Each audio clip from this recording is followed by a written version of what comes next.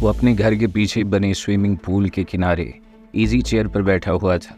रात का वक्त था और हवा अपने अंदर खासी खनकी लिए हुए थी, लेकिन वो बेनियाजी से हाथ में कॉफ़ी का मग थामे दूर खड़ी अपनी हैवी बाइक को देखे जा रहा था, जिसमें इसके दोस्तों के मुताबिक इसकी जान थी। लेकिन अब इसके नज़रियात तेज़ी से तब्दील हो रहे थे और इस हैवी बाइक की जगह कोई और चीज़ लेती जा रही थी। मुलाकात तो हो ही गई, अब मैं देखूंगा कि ये किस खेत की मूली है। इसने गर्म कॉफ़ी का एक घूंट भरते हुए भाप हवा में उड़ाई। वैसे क्या किस्मत है, बाय चांस ही होटल में जाना हुआ और देखो मन की मुराद बार आई। वो मुस्कुराते हुए बोला। हवा में शिद्दत आ गई थी और पूल के किनारे लगे पेड़ झूमना शुरू हो गए थे। वो उठने का इरादा कर ही रहा था कि अचानक से इसका फ़ोन बजने लगा। स्क्रीन पर नज़र आते नाम को देखते ही वो अचानक से सीधा होकर बैठ गया और कॉल अटेंड की। उफ यार, क्या एंट्री मारी तुमने, कसम से हिम्मत साथ छोड़ रही थी कि तुम आ गए। इनाया खिलते लहजे में बोली तो वो मुस्कुरा कर रह गया। मैंने कहा था ना कि मैं आपको कभी अकेला नहीं छोड़ूंगा, वो धीमे लहजे में बोला। वैसे तुम कैसे जानते थे कि मैं वहाँ होटल में मौजूद हूँ? इनाया अचंभे से पूछ बैठी। कैसे और क्यों को जाने दें, जो बंदा आपको देखकर ही आपका नंबर हासिल कर सकता है, आपकी आवाज़ से ही आपके दिल का हाल जान सकता है, इसके लिए ऐसी चीज़ें बेमायनी हैं। वो सोबर लहजे में बोला तो इनाया कुछ लम्हों के लिए खामोश होकर रह गई। बोलिए ना, चुप क्यों कर गई? क्या आपको किसी ने बताया नहीं कि आप बोलती हुई बहुत अच्छी लगती हैं? वो एक अदा से बोला तो इनाया का नकरे की कहका जलतरंग समझ गया। बातें बनाना तो कसम से तुम पर ख़त्म है। मैंने आज तक किसी से यूँ बात नहीं की, ना ही कभी सोचा था, और देखो की भी किससे जो बिना बोले ही दिल का हाल जान जाता है। इनाया मशगूल लहजे में बोली तो वह हंस पड़ा। अभी देखिएगा मैं आपके आसपास फैली सारी परेशानियों को कैसे समेट लेता हूँ। वो एक जज़ब के आलम में बोला तो इनाया फिर से खामोश हो गई। वैसे कसम से यार, लग बड़े ही फिट रहे थे, बिल्कुल किसी कमांडो जैसे। बात भी बिल्कुल वैसे ही कर रहे थे। इनाया खामोशी तोड़ते हुए बोली तो इसकी हंसी मज़ीद गहरी हो गई। आपको कमांडो टाइप लोग पसंद हैं क्या? वो किसी ख्याल के तहत पूछ बैठा। बहुत। मेरा आइडियल भी कोई कमांडो टाइप इंसान है जो बस खुद अपनी ज़ात में एक पूरी वन मैन आर्मी हो। वो पुरजोश लहजे में बोली। लगता है आप इमरान सीरीज़ कुछ ज़्यादा ही नमाक से पढ़ती हैं। वो अपनी हंसी पर काबू पाते हुए बोला। अपनी अपनी चॉइस की बात है मिस्टर सुल्तान औरंगज़ेब, मुझे जैसे लोग पसंद हैं मैंने आपको बता दिया। इनाया अचानक ही संजीदा होते हुए बोली। ठीक है जनाब, मतलब हम जैसे लोग किसी खाते में नहीं आते। वो अपने लहजे को अफसरदा बनाते हुए बोला। तुम पहले इंसान हो जिसे मैंने अपनी ज़िंदगी में दोस्ती के दर्जे पर फाइज किया है। तुम्हारा भला किसी से क्या मुकाबला? इनाया साफ गोई से बोली तो इसे इस पर ढेरों प्यार आया, लेकिन वो खामोश ही रहा। मुझे उम्मीद है कि जैसे आज तुम मेरी मदद के लिए पहुंच गए थे, आइंदा भी जब ज़रूरत पड़ी मेरे साथ खड़े होने वालों में तुम्हारा नंबर पहला होगा। इनाया इसे खामोश पाकर मज़ीद गोया हुई तो वो बाइक की चाबी उठाते हुए उठ खड़ा हुआ। ठीक है इनाया अरबाज चौधरी, आप मुझे हर मायार पर हमेशा पूरा उतरता ही पाएंगी। वो एक सर्द आ भरते हुए बोला तो इनाया ने मुस्कुराते हुए फ़ोन बंद कर दिया। वो फ़ोन जेब में डालते हुए जैकेट की जिप बंद करता अपनी बाइक की जानिब बढ़ गया। बारिश किसी भी वक्त शुरू होने वाली थी। ऐसे मौसम में खाली सड़कें नापना इसका पसंदीदा तरीन मशगला था और वो ये मौका गंवाना नहीं चाहता था। वो सब लोग कॉन्फ्रेंस रूम में जमा थे और सबकी नज़रें सामने स्क्रीन पर चलते मनाजिर पर टिकी हुई थी, जहाँ किसी बम धमाके के बाद तखरीबकारी के मनाजिर चल रहे थे और फिर एक बंदे पर वीडियो रुक गई। ये है वो इंसान जिसकी वजह से हम अच्छा खासा नुकसान उठा चुके हैं। नाम है इसका रवि प्रसाद, पर काम इसके बिल्कुल भी इंसानों वाले नहीं। बम धमाकों से लेकर छोटी से छोटी शरपसंदी के पीछे इसी का हाथ होता है, लेकिन यह छलावा है। आखिरी बार इसको पाक अफ़गान सरहद के पास मौजूद गांव आरिंदव में देखा गया था, जहां से अफ़गानिस्तान की सरहद मुश्किल से आधा किलोमीटर बनती है। ये अपना काम बखूबी अंजाम देकर फ़ौरन अफ़गानिस्तान भाग जाता है और हम देखते ही रह जाते हैं। आप लोगों ने इस पर ऐसे हाथ डालना है कि इसे पता भी ना चले, वरना अगर इसे ज़रा सा भी शक हो गया तो फिर इसने एक लंबे अरसे के लिए रुपोश हो जाना है। याद रहे कि यह तलने वाला नहीं है और इसका केस बल्लाज ठाकर से अक्सर मुख्तलिफ है। इसके साथ 2-3 औरतें भी होती हैं जिन्हें इसने सिर्फ चारे के तौर पर इस्तेमाल करने के लिए रखा हुआ है, लेकिन वो भी किसी माहिर खिलाड़ी से कम नहीं। सेक्शन कमांडर ने स्क्रीन पर नजर आने वाले मासूम सूरत आदमी पर लेज़र लाइट मारते हुए सारी तफसील इन सब के गोश गुजार कर डाली। आखिर में इनकी नज़रें इस पर आकर ठहर सी गईं। Alpha 1, is everything okay? उन्होंने इसे देखते हुए अबरूज का अगर सवाल दागा। जी सर, सब ठीक है। इसे अपनी हालत संभालने में महज एक लम्हा लगा, वरना जो आग इसकी आंखों में रोशन थी बईद नहीं था कि वो अपना कंट्रोल खो देता। सब ठीक ही हो तो अच्छा रहता है। इस आग को बचा कर रखें तो मुझे उम्मीद है कि जल्दी इसे बाहर निकलने का मौका भी मुयस्सर आ जाएगा। सेक्शन कमांडर शायद इसकी सोच पड़ चुके थे, इसलिए इसे समझाते हुए बोले तो वो फ़ौरन से अपनी नज़रें झुका गया। अभी हमें मज़ीद अहकामात का इंतज़ार है। जैसे ही हमें हुक्म मिला तो आप लोगों ने यहाँ से कूच कर जाना है। सेक्शन कमांडर ने मज़ीद तफसीलात से आगाह करते हुए अपनी कुर्सी तक आए और अपना कोट उठाते हुए बाहर निकल गए। हमारा मोराल बड़ा हाई है अल्फ़ा 1, इंशाल्लाह हमारा ये शिकार भी जल्द ही शिकंजे में कसा जाएगा। ब्रावो 1 इसके पास चला आया और इसके साथ वाली नशिस्त संभालते हुए इसे देखकर बोला, मोराल तो हाई है, लेकिन मैंने इसकी प्रोफाइल पढ़ी है, ये वाकई में बहुत ऊपर की चीज़ है। खूबसूरत औरतें हमेशा इसके साथ होती हैं, लेकिन यह साला हम जिन्स परस्त है और इसी चक्कर में कई इलाकों से इसे इमरजेंसी में भागना पड़ा है, क्योंकि वहाँ बच्चों के साथ इसकी ज़्यादतियाँ मंजरेआम पर आ गई थी। कमाल का बम एक्सपर्ट है, ऐसा बम जिसे हर हाल में फटना ही होता है, फिर चाहे वो किसी गाड़ी में लगा हुआ हो या फिर किसी चाय की प्याली में। जब इसे उम्मीद होती है कि इसके गिर्द घेरा तंग किया जा रहा है तो ये ऐसा खड़ाक फैलाता है कि 1 मिनट में सब कुछ तहस नहस हो जाता है। इतना तो मास्टरमाइंड है कि जिस चीज़ के पीछे पड़ जाए तो फिर या तो ये कामयाब हो जाता है या फिर वो चीज़ ही सफ़ाई हस्ती से मिट जाती है। वो ब्रावो 1 की इतलात में इजाफा करते हुए बोला तो वो मुंह खोले इसे सुन गया। क्या बात कर रहे हो, यानी कि अब की बार दुश्मन हमारी सोच से भी तगड़ा है? ब्रावो 1 बस इतना ही बोल पाया। तगड़ा भी है और शातिर भी, लेकिन कोई बात नहीं, हर शेर पर एक सवा शेर होता है। और जहाँ तक मैं समझता हूँ इन्हें अभी नहीं पता कि हम लोग कौन हैं और हमने इसी का फ़ायदा उठाते हुए इस पर हाथ डालना है। वो हाथ में पकड़ी पेंसिल घुमाते हुए बोला तो ब्रावो 1 इसे तौसीफ़ी नज़रों से देखने लगा। इसे एक गुनागू सुकून का एहसास हुआ था कि चलो कोई तो है जो इसका ख्याल रख सकता है। और रही सही कसर रात में सुल्तान से होने वाली गुफ्तगू ने पूरी कर दी। जवाद ने सारे फंक्शन में इसकी शक्ल तक देखना गवारा न किया, लेकिन वो जानती थी कि वो थोड़ी टेढ़ी खीर है। अभी तो चुप कर गया है, लेकिन बाद में ज़रूर कोई गुल खिलाएगा। इन जैसों का बस सिर्फ औरत ज़ात पर ही चलता है, लेकिन जहाँ कहीं इन्हें कोई असली मर्द नज़र आ जाए तो हवा निकल जाती है। वो अपने कमरे में खिड़की के सामने पड़ी कुर्सी पर बैठी हुई थी। जाड़े का मौसम चल रहा था और शाम का वक़्त था। परिंदे अपने अपने घोंसलों में जाने की जल्दी मचा रहे थे और दरख्तों के सूखे पत्ते ज़मीन पर पड़े एक अलहदा ही दास्तान रकम कर रहे थे। इसे शुरू से ही ऐसे मौसम से इश्क था और वो ख़िज़ा के इंतज़ार में ही पूरा साल गुजार देती थी, लेकिन इस मरतबा वो खुलकर जी नहीं पा रही थी। और वजह थी इसके चचा की फैमिली का इन लोगों से मेल जोल। अभी किसी को नहीं मालूम था कि इस दिन क्या हुआ था, लेकिन इसे इतना ज़रूर एहसास था कि जवाद ने किसी और से न सही लेकिन निगहत बेगम से ज़रूर तज़किरा किया होगा इस बात का कि इनाया की किसी लड़की से दोस्ती चल रही है, क्योंकि वो इन्हीं लोगों में से था जो एक एक बात अपनी माँ के कान में उंडेल देने के बाद ही चैन की नींद सोते हैं। वो दूर उड़ते परिंदों पर नज़रें जमाए गहरी सोच में डूबी हुई थी जब इसका मोबाइल थरथराया। इसने बेदिली से फ़ोन देखा तो जवाद कॉल कर रहा था। मनहूस को सोचा ही और साथ ही नहूसत भरी कॉल भी आ गई। इसने बुरा समूह बनाते हुए कॉल अटेंड की, क्योंकि बहरहाल वो सुनना चाहती थी कि मौसूफ अब क्या कहना चाहते हैं। हेलो इनाया, इसे जवाद की मुस्तरब सी आवाज़ सुनाई दी। हाँ बोलो जवाद, क्या हुआ? वो इत्मीनान से बोली। इस दिन वो लड़का कौन था जो तुम्हें होटल में मिला था? जवाद अटकते हुए बोला। क्यों, तुम्हें अचानक से इसकी याद कैसे आ गई? वो अपनी हंसी को दबाते हुए बोली। देखो इनाया, मैं सिर्फ इतना जानता हूँ कि जब से मुझ में फीलिंग्स आई हैं मैंने सिर्फ तुम्हारे बारे में सोचा है।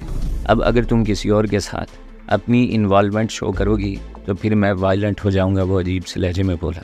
वो मेरा दोस्त है, मुझे परेशान देखा तो वहाँ चला आया, और तुम वायलेंट हो या फिर वायलेट मुझे कोई फ़र्क नहीं पड़ता। वो सवाल लहजे में बोली। व्हाट द हेल, मुझे पसंद नहीं है कि जिस लड़की से मेरी शादी होनी है वो दोस्त भी रखती हो। जवाद की सुई फिरना शुरू हो गई थी। और वो जो आई थी मौसूफ़ा, जिससे तुम गले मिल रहे थे और जिसे सफाइयाँ दे रहे थे कि ये मेरी बहनों जैसी है, वो सब क्या था? वो दू बदू बोली तो जवाद को चुप लगी। जो भी हो, लेकिन तुम इस पोजीशन में नहीं हो कि मेरी किसी भी बात पर कोई एतराज़ कर सको। थोड़ी देर बाद जवाद बोला तो बस इतना ही बोल पाया। माई फुट तुम्हारी फीलिंग्स, और पोजीशन से तुम्हारी क्या मुराद है? तुम्हारी ख़रीदी हुई कोई लौंडी नहीं हूँ जो तुम मुझसे इस तरह बात कर रहे हो। शादी तो दूर की बात, मैं तुम्हारी शक्ल भी देखना गवारा नहीं करती। वो फटी पड़ी थी। मैंने जो कहना था वो बोल दिया। घर में हमारी शादी की बातें हो रही हैं और एक तुम हो जो किसी दूसरे लड़के को बीच में ले आई हो। जवाद काटदार लहजे में बोला तो इसने बगैर कोई बात कहे फ़ोन ही बंद कर दिया। 1 मिनट लगा था इसका दिमाग फिरने में, और वो शाम जिसे वो ढंग से मनाना चाह रही थी बर्बाद होकर रह गई थी। बच्चों, मैं भी देख तेरे साथ क्या करती हूँ, तो ज़रा सब्र तो कर। और जल्दी से फ़ोन उठाते हुए इसमें मौजूद जवाद का नंबर ब्लॉक करने लगी, और फिर एक एक करते हुए इसने जवाद, सारा और फिर निगहत बेगम का नंबर भी ब्लॉक कर दिया। बस कम जहाँ पाक। इस काम से फारिग होते हुए इसने मोबाइल एक तरफ फेंका और कुर्सी की पुश्ते से टेक लगाते हुए लंबे लंबे सांस लेने लगी। वो बिल्कुल भी नीचा बैठने वालों में से नहीं थी, लेकिन एक अरबाज साहब की वजह से वो ऐसी बातें भी बर्दाश्त कर रही थी जिस पर वो अक्सर सामने वाले की मिट्टी पलीत कर देती। आज फिर से बड़े अरसे बाद वो तैमूर बिलाल और इमरान के साथ मौजूद था। शाम गुजर गई थी और रात की रौनकें जाग उठी थी। वो चारों एक ओपन एयर रेस्टोरेंट में बैठे बड़े ज़ोरों शोर से किसी बहस में मसरूफ़ थे। मैंने कहता था कि जब ये इंसान का बच्चा बन जाएगा तो किस्मत भी खुली जाएगी, वरना तो मैं समझ बैठा था कि इसकी ज़िंदगी में किसी भी नरमी और नज़ाकत की कोई गुंजाइश नहीं है। तैमूर ने इमरान और बिलाल को देखते हुए इसकी क्लास लेनी चाहिए तो वह होले से मुस्कुरा दिया। समझा तू तेरे टाइम भी बिल्कुल ऐसा ही था, लेकिन तेरी ज़िंदगी में भी तो एक अदद सिन्फ़ नाजुक मौजूद तो है, लेकिन नरमी और नज़ाकत नहीं है। वो मज़े से बोला तो जहाँ तैमूर का चेहरा उतरा वहीं बिलाल और इमरान का कहका निकल गया। देख सुल्तान, मैंने 1000 मरतबा समझाया है कि इशल को बीच में मत लाया कर, लेकिन जब तुझे कोई जवाब नहीं मिलता तो शुरू हो जाता है मेरी मंगेतर को निशाना बनाने। तैमूर गुस्से में नजर आ रहा था। मैंने किसी का नाम तो नहीं लिया, अब तू जो समझना चाहे समझ ले। वो इमरान को देखते हुए बोला तो वो मुस्कुराते हुए सर हिला कर रह गया।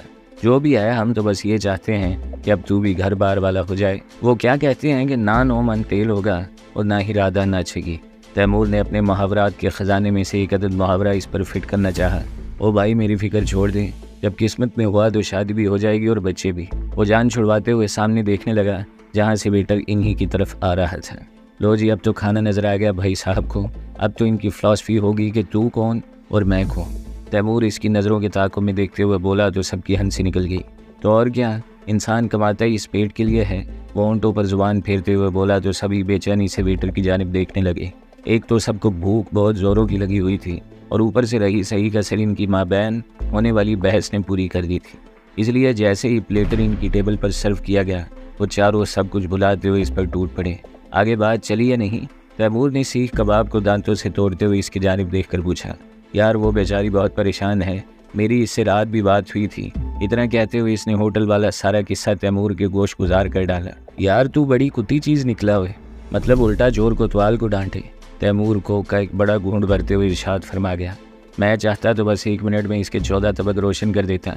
इसका और हमारा क्या मुकाबला यार। मैं तो बस ये देखना चाहता था कि वो कौन है जो मेरी बुलबुल को परेशान करता है। और फिर यही नहीं, मैंने वो पूरी फैमिली भी ताड़ ली जिसने मेरी इनाया की नींदें उड़ाई हुई हैं। वो हलक में अटके चिकन टिक्के के पीस को पानी से नीचे उतारते हुए बोला तो तैमूर की हंसी निकल गई। वैसे मैंने देखा नहीं अभी तक इसे, लेकिन जैसा तूने मुझे बताया कि 2nd ईयर की स्टूडेंट है तो कुछ शर्म कर गया था। तू ठहरा 26 साल का नौजवान और लड़की तूने 18-19 साल की फंसाई हुई है। तैमूर इसे अफसोस से देखते हुए बोला तो इसके साथ साथ इसकी अपनी हंसी भी निकल गई। तो इसमें ऐसी क्या बात हुई जो तुझे गशी के दौरे पड़ने शुरू हो गए हैं? लड़की तो है ना, अब तू अपना ही हिसाब देख ले। वो चिकन पीस को चटनी में डुबोते हुए मज़े से बोल रहा था जब तैमूर ने इसे कड़ी घूरी से नवाजते हुए हाथ उठाकर रोक दिया। इससे आगे मैं एक लफ्ज़ ना सुनूं, खाना खा चुप कर गए।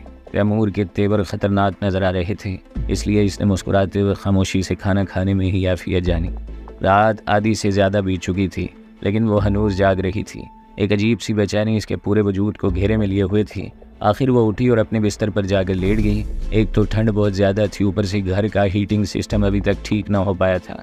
बड़ी मुश्किल से इसकी आंख लगी तो अगले दिन नीचे लाउंज में आती आवाज़ों से ही खुल गई। वो आंखें मसलती हुई उठ बैठी और पास पड़ी शाल खुद पर अच्छी तरह से लपेटते हुए कमरे से बाहर निकल आई तो आवाज़ें मज़ीद साफ़ हो गई। ये इसके चचा शहबाज ही थे जो न जाने किस बात पर अरबाज साहब से बहस में मसरूफ़ थे।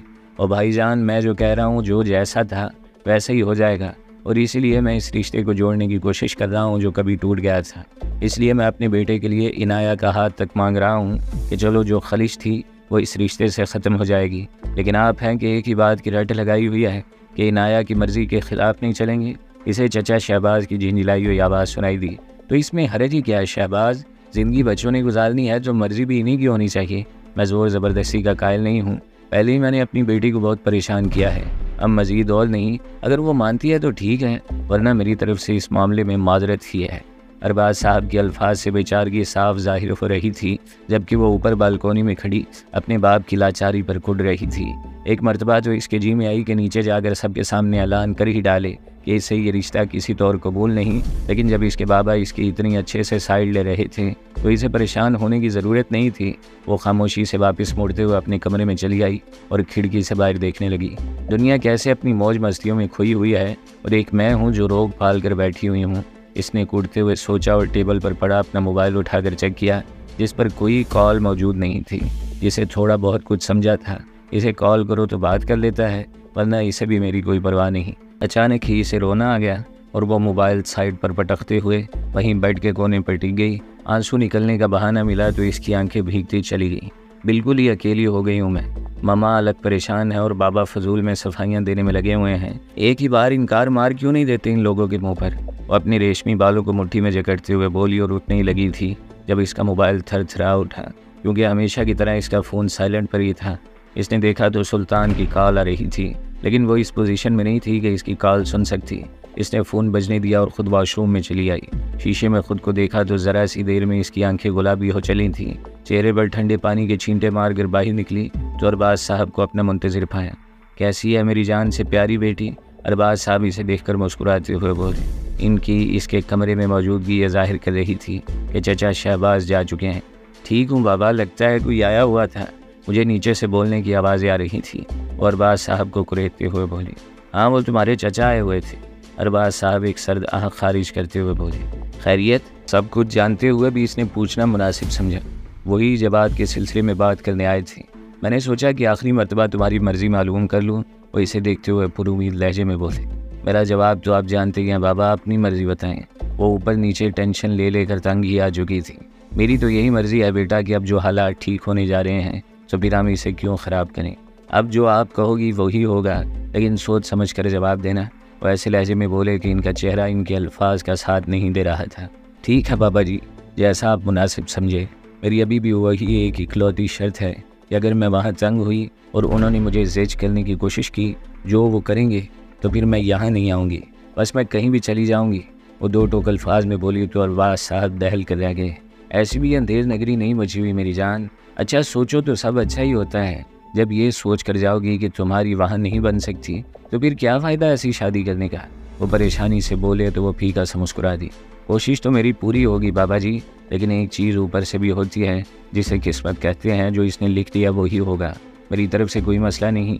और बाद साहब के सामने सोफे पर टिकते हुए बोली तो वो मुस्कुरा दिए। मैं जानता हूँ मेरी बेटी बहुत बहादुर है, सब कुछ संभाल लेगी। वो उठ खड़े हुए और इसके सर पर हाथ रखते हुए कमरे से बाहर निकल गए। इसे वो इस वक्त बहुत ही खुदगर्ज नजर आए, जिन्हें अपनी फैमिली से ज़्यादा अपने रिश्ते बचाने की फ़िक्र खाई जा रही थी। खेल लें आप सब मेरे साथ, मैंने भी सब कुछ अल्लाह पर छोड़ा है। अगर मेरी किस्मत में खार होना ही लिखा है तो ऐसा ही सही।